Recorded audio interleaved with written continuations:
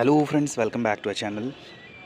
एक नई वीडियो में हम लोग आज बात करेंगे जो लोअर पीसीएस का एग्ज़ाम आपका हुआ था उसकी आयु के द्वारा आंसर की जारी कर दी गई है। जैसे कि आप डिस्प्ले पर देख पा रहे होंगे कि सेट के अकॉर्डिंग आंसर की आउट हो चुकी है। जो आपके 150 क्वेश्चन थे उसके बेस पे आप आंसर की से अपने मार्क्स आपने मिला लिए होंगे। जिन लोगों ने नहीं मिलाए हैं वो जल्दी से आप अपने मार्क्स मिला सकते हैं और अपने नंबर आप बता सकते हैं कि है ना कि कितने हैं। तो जितने भी लोग देख रहे हैं वो अपने मार्क्स कितने बने हैं, रॉन्ग राइट, जितने आप फाइनल जो टोटल बन रहा है वो कितना बन रहा है आप उसको कमेंट सेक्शन में पिन मतलब लिख सकते हो, है ना, कि कितने बन रहे हैं। दूसरी बात हम बात करें कि आंसर की आने के बाद स्कोर में कुछ परिवर्तन होगा, ज़रूर परिवर्तन होगा। 203 क्वेश्चनों में ऐसा डाउट है कि यूकेपीएससी उसके आंसर डिलीट ही करेगा संभवतः, है ना, क्योंकि आंसर में बोनस देना ऐसा परिपाटी नहीं रही है, क्योंकि पूर्व में लोग कोर्ट चले गए थे जिसकी वजह से ऐसा संभव है कि उसके क्वेश्चन ही डिलीट कर दिए जाएँ, ठीक है। लेकिन हाँ, अगर नहीं भी करते हैं उसके बाद भी अगर हम बात करें कि क्या कट ऑफ रहेगी, क्या कैसा सेफ स्कोर क्या रहेगा, कितना रहेगा, ठीक है, तो उसमें अगर हम बात करें कि अनरिज़र्व क्या रहेगा, तो अनरिज़र्व जो इसमें चांसेस हैं, जो हमने एनालिसिस किया है बहुत सारी वीडियोस या बहुत सारे लोगों की जो राय मशवरा के बाद, है ना, जो एक्सपर्ट लोग हैं उनके द्वारा क्या एज्यूम किया गया, इसके बाद अगर इसके बेस पे भी हम बात करते हैं तो लगभग इसमें अनरिज़र्व में आप सेफ स्कोर ये मान के चलिए 92-93 का अराउंड, ठीक है।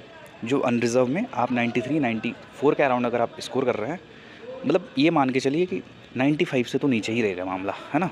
95 से पूर्ण रूप से नीचे ही रहेगा, बहुत ऊपर नहीं जाएगा इसमें स्कोर, क्योंकि पेपर लेंदी था, टाइम टेकिंग था, जिसकी वजह से अगर एफआरओ और लोअर में आप कंपैरिजन करें तो लोअर का पेपर लेंदी था, रीजनिंग लेंदी थी, हालांकि आंसर फाइंड आउट हो रहे थे, लेकिन जो पेपर का पैटर्न था वो थोड़ा लेंदी होने की वजह से उसने टाइम ज़्यादा ले लिया। और जीएस भी आपका एनालिटिकल बेस था, कुछ ऐसे स्टेटमेंट बेस्ड क्वेश्चन थे जो कि आप आसानी से फाइंड आउट नहीं कर सकते और ये राय नहीं बना सकते हो कि इसका आंसर ये होगा। जैसे कि एक जो आपका गुरु गोविंद वाला क्वेश्चन है उसका आंसर उसने ए दिया है, विचित्र नाटक नहीं दिया है। संभव तो इसमें कुछ परिवर्तन हो सकता है। और केदारनाथ वाले क्षेत्र को उसने लोखाम बताया उसका आंसर, जबकि बद्रीनाथ का क्षेत्र जो सतोपन जो लेक है वहाँ से वो निकलती है, अलकनंदा निकलती है, तो वो भी केदारनाथ के क्षेत्र में नहीं आएगा।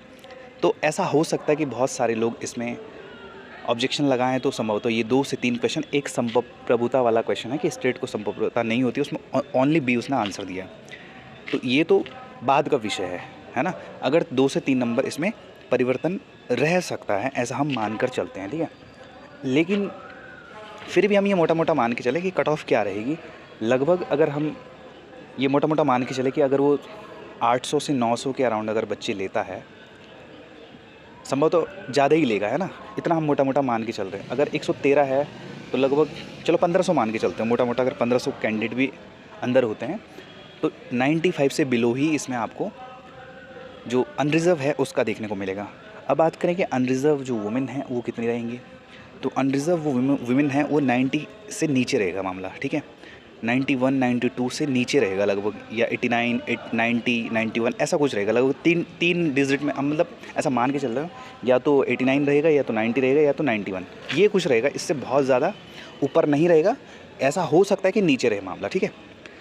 और अदर ओबीसी की बात करें तो ओबीसी हम ये मान के चलते हैं कि ओबीसी लगभग जनरल के ही अराउंड रहेगा, ठीक है। बिलो 95 92 93 94 ऐसा कुछ हो सकता है। ऐसा भी हो सकता है कि 92 के अराउंड रहे, 93 के अराउंड रहे, ठीक है। बाकी अगर हम इसके बाद बात करें जो एससी कैंडिडेट हैं वो लगभग अगर हम बात करें लगभग 85 +-2 85 +-2 83 85 84 ऐसा कुछ रहेगा लगभग, ठीक है। क्योंकि लगभग जो ट्रेंड फॉलो हुआ है उसमें आपने देखा होगा कि जो स्टेट में जो कट ऑफ रहती है लगभग एससी और जनरल के बीच, वो लगभग 8 से 9 नंबर 10 नंबर के अराउंड। अगर आप यूकेपीएससी का अपर भी देखें, आरओ एआरओ देखें, लगभग थोड़ा सा अंतर, जैसे आरओ में थोड़ा ऐसा था 100 जनरल की 107 गई थी तो उसमें एससी की 102 गई थी। लेकिन हम अगर आप लोअर अपर पीसीएस का देखें तो उसमें लगभग पिछले साल 87 जनरल की रही थी और कैटेगरी की उसमें लगभग 73 के अराउंड रही थी। हम मोटा मोटा ही मान के चलते हैं। तो अभी के लिए हम ये मान लेते हैं लगभग 85 के ±83 85 84 83 84 85 लगभग ये 3 के बीच आपको कैटेगरी में मेल में देखने को मिलेगी। अगर हम फीमेल की बात करें तो ये लगभग 80 के अराउंड मान के चलिए, 78, 79, 80 के अराउंड ये कुछ रहेगा इसमें कैटेगरी में जो फीमेल कैंडिडेट होंगी, ठीक है। बाकी ऑर्फन और इनकी बात करें तो ये इससे बिलो ही रहेंगे लगभग है ना। एसटी में थोड़ा सा मामला लगभग इतना ही रहेगा कि जनरल से नीचे और एससी से थोड़ा सा ऊपर, इतना हम मान के चलते हैं, ठीक है। तो ये सारी चीज़ें हमने एक अनुमान के तहत अपना अनुभव साझा किया है, इसको आप अंतिम ना माने, है ना। बाकी स्टूडेंट आंसर की के बाद क्या स्कोर कर रहे हैं इससे भी बहुत सारी चीज़ें डिसाइड होती हैं, ठीक है। फिर भी हम एक अनुमान के तहत ये सारा स्कोर आपको बता रहे हैं, ठीक है। बाकी आप लोग कितना स्कोर कर रहे हैं और ओवरऑल आपका आंसर की के बाद क्या स्कोर है, आप कमेंट सेक्शन में ज़रूर बताइए, है ना, जिससे एक राय बन पाए कि कितने जाने की संभावना है। और दूसरी बात, इसका जो रिज़ल्ट आएगा वो फ़िलहाल 1 से 1.5 महीने के बीच आएगा, ठीक है, कि 29 जून को ही पेपर होगा। वनद्रोह का पेपर की बात भी चल रही है, लेकिन ऐसा लगता है कि जो कॉन्स्टिट्यूशनल बॉडी है यूकेपीएससी वो कॉम्प्रोमाइज़ नहीं करेगी डेट को लेकर, है ना। क्योंकि अगर वो डेट को लेकर कॉम्प्रोमाइज़ करेगी तो यूपीपीसीएस का भी कुछ मेंस का है, कुछ एग्ज़ाम है शायद, है ना, जो हमें जानकारी है, ठीक है। तो आप अच्छे से अपर पीसीएस पर फोकस करें और ये बिल्कुल ना सोचें कि क्या कट ऑफ रहेगी क्या रहेगी। हाँ, इतना अगर आपका स्कोर बन रहा है तो आप सेफ जोन में अपने को मान सकते हैं, ठीक है। इस वीडियो में इतना ही। अगर आपको वीडियो अच्छी लगी तो लाइक करिए, कमेंट्स करिए और सब्सक्राइब करना बिल्कुल ना भूलें। और हाँ, अपने जो मार्क्स हैं उनको कमेंट्स में ज़रूर लिखने का प्रयत्न करें। Thank you, have a nice day.